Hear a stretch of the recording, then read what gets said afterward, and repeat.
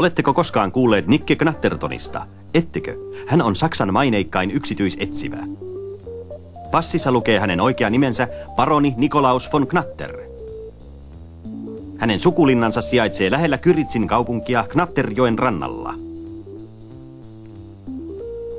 Knatterien ikivanha aatelissuku on palvellut maataan hyvin, ja siitä on lähtenyt monta mieleltään yksinkertaista, mutta juuri siksi erittäin urheata soturia.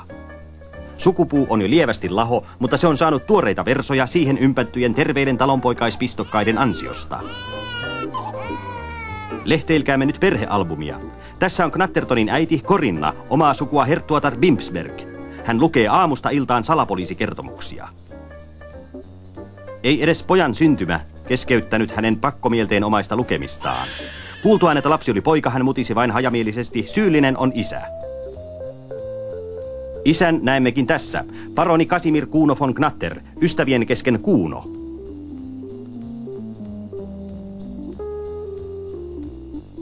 Tämä kuva osoittaa, että jo nuorella iällä pojalla on jo salapoliisin terävä katse. Heti lukemaan opittuaan Nicke ahmi äitinsä kaikki salapoliisitarinat.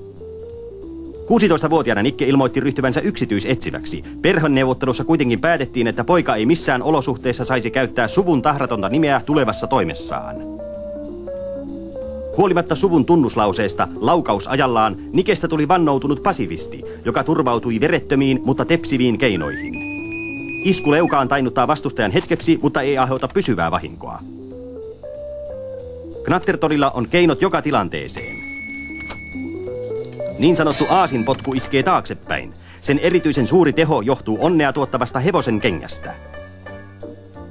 Peiliä käyttämällä voi kyynärpääiskun suunnata oikeaan paikkaan. Todella tyrmäävä on tehopotku pystyasennosta. Sen vaikutuksen näkee parhaiten hidastetusta filmistä. Mutta mitä on nopeinkaan käsi ilman aivoja? Erinomaisen päättelykykynsä ansiosta Knatterton on ratkaissut maailman vaikeimpia rikostapauksia.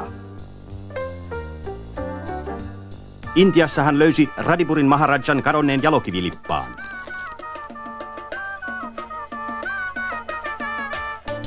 Amerikan villissä lännessä hän pelasti konnien kynsistä kauniin farmarin tyttären Mary Loun kullan. Pariisissa hän paljasti varkaan, joka yritti varastaa muotisuunnittelija Edouard Le Taftin kevätkokoelman. Venetsiassa hän otti vangiksi Mako Mafianon hotellivaraskoplan.